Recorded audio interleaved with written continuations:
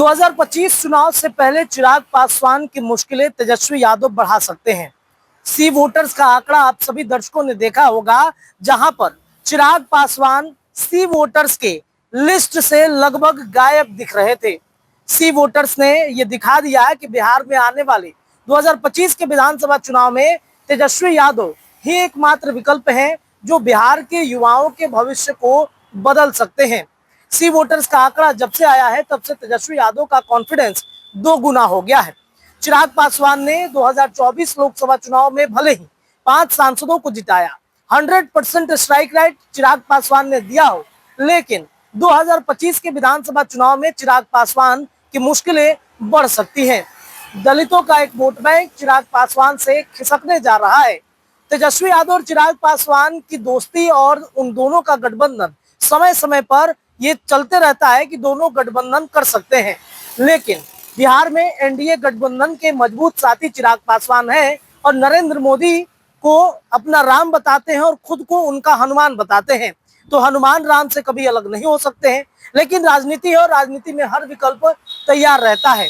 बावजूद इसके चिराग पासवान ने तेजस्वी यादव के साथ गठबंधन करने का अभी तक कोई फैसला नहीं किया है और ना ही आने वाले समय में वो करेंगे, ऐसा उनके पार्टी की तरफ से लगातार दावे किए जाते हैं।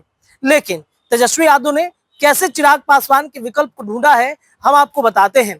बिहार में की राजधानी पटना में बीते दिनों वक्फ बोर्ड संशोधन विधेयक बिल के विरोध में पटना के गर्दनी बाग में लाखों की संख्या में मुसलमान पहुंचे थे। तेजस्वी यादव भी उस वक्फ बोर्ड संशोधन विधेयक बिल के विरोध में जाकर बैठ गए। इसके साथ ही साथ उत्तर प्रदेश के सबसे बड़े दलितों के नेता कहे जाने वाले चंद्रशेखर जो है वो भी वहां पर पहुंचे थे और चंद्रशेखर के आने के बाद ये चर्चा तेज हो गई है कि चंद्रशेखर और तेजस्वी यादव एक साथ गठबंधन करके 2025 के विधानसभा चुनाव में चिराग पासवान के वोट बैंक पर बड़ी सेंधमारी करने जा रहे हैं। चंद्रशेखर का एक बयान है, इस वीडियो के अंत में हम आपको सुनाएंगे कि कैसे वक्फ बोर्ड संशोधन विधेयक के विरोध में वो बात कह रहे हैं। 2025 के विधानसभा चुनाव में तेजस्वी यादव के साथ उनका गठबंधन होगा कि नहीं, इस पर भी उन्होंने बयान दिया है। लेकिन हाल के दिनों में हमने देखा है कि पासवानों के खुद को बड़े नेता बताने वाले चिराग पासवान पासवानों के ऊपर हो रहे हमले पर उनकी कोई प्रतिक्रिया नहीं आई है। छपरा, मसरक, इसके अलावा आरा चले जाइए, इसके अलावा हाजीपुर चले जाइए, उनके संसदीय क्षेत्र चले जाइए, वहां पर कितने पासवान आज पिटा रहे हैं, कितने पासवानों के ऊपर में अत्याचार हो रहा है। खुद को पासवानों का सबसे बड़ा नेता, हितैषी और दलितों के एक बड़े चेहरे बताने वाले चिराग पासवान इन सभी घटना से नदारद दिखे। ऐसा नहीं है कि चिराग पासवान को इस बारे में जानकारी नहीं होगी, लेकिन चिराग पासवान को जब से केंद्रीय मंत्री की कुर्सी मिली है तब से इन तमाम चीजों को चिराग पासवान भूल गए हैं। अब आप देखिए ना कि बिहार में उनका कितना दौरा होता है। बिहार में जब लोकसभा का चुनाव था उसके पहले चिराग पासवान तो झंडे गाड़कर बिहार के सभी लोकसभा चुनाव सीटों पर घूम रहे थे, लेकिन जैसे ही विधानसभा चुनाव आया चिराग को सिर्फ दिल्ली रास आ रही है। तो आने वाले वक्त में दलितों के बड़े नेता के तौर पर चंद्रशेखर बिहार में उभर सकते हैं, तेजस्वी यादव के साथ गठबंधन हो सकता है। पूरे बयान को सुनाते चलते हैं चंद्रशेखर ने पटना एयरपोर्ट पर क्या कुछ कहा है।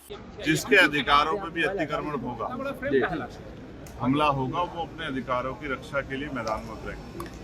और हम जिन वर्गों की राजनीति करते हैं, बहुजन समाज की, कमजोर वर्गों की, उनके अधिकारों पर जो हमले हो रहे हैं, उनके हमलों को रोकने के लिए लोकतंत्र में संविधान ने राइट टू प्रोटेस्ट का राइट दिया, उसी का प्रयोग करने के लिए आज हम लोग यहाँ सियासत किस कदर लोगों पर एहसान करती है, पहले आके छीनती है, फिर उनके कब्रिस्तान, उनके ईदगाह, उनके खानका, उनकी जो विरासत है उनको छीन के जो है और उनको फिर थमाने की बात सरकार कर रही है।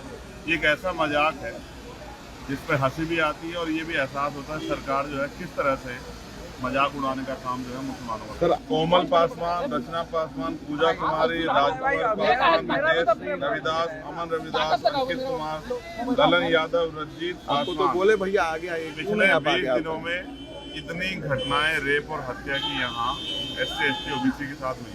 क्या मौलाना फिरोज को पुलिस जो है पीटती है। जिस तरह का जंगल राज यहाँ है, उस जंगल राज का अंत सुनिश्चित है और वो जनता ही करेगी।